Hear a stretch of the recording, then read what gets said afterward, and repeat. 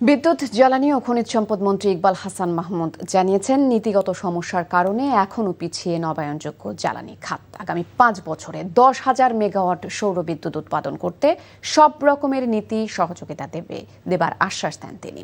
আর বাণিজ্যমন্ত্রী খন্দকার আব্দুল মুক্তাদির জানিয়েছেন, জটিলতা কমাতে প্রফেশনাল লাইসেন্স চালুর উদ্যোগ নেওয়া হচ্ছে। রাজধানীতে এক অনুষ্ঠানে এসব কথা বলেন তারা, জানাচ্ছেন জাহিদ রহমান। টেকসই বিদ্যুৎ, জ্বালানি অবকাঠামো, সবুজ নির্মাণ প্রকৌশল, নবায়নযোগ্য জ্বালানি এবং শিল্প প্রযুক্তির আধুনিকায়নে রাজধানীর বাংলাদেশ চীন মৈত্রী সম্মেলন কেন্দ্রে শুরু হয়েছে 15তম আন্তর্জাতিক Bangladesh infrastructure innovation and development expo and dialogue 2026।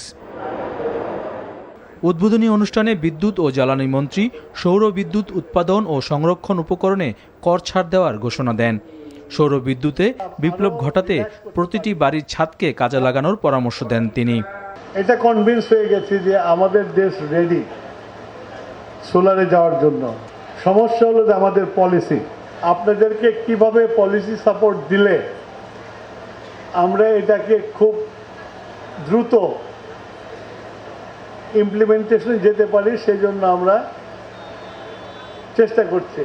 দিনের দ্বিতীয় সেশনে যোগ দিয়ে বাণিজ্যমন্ত্রী দেশের বিনিয়োগ ও বাণিজ্য পরিবেশ আরও সহজ করার আশ্বাস দেন। 25-26টা ভিন্ন ভিন্ন লাইসেন্স পারমিট লাগে একটা ব্যবসা শুরু করার জন্য।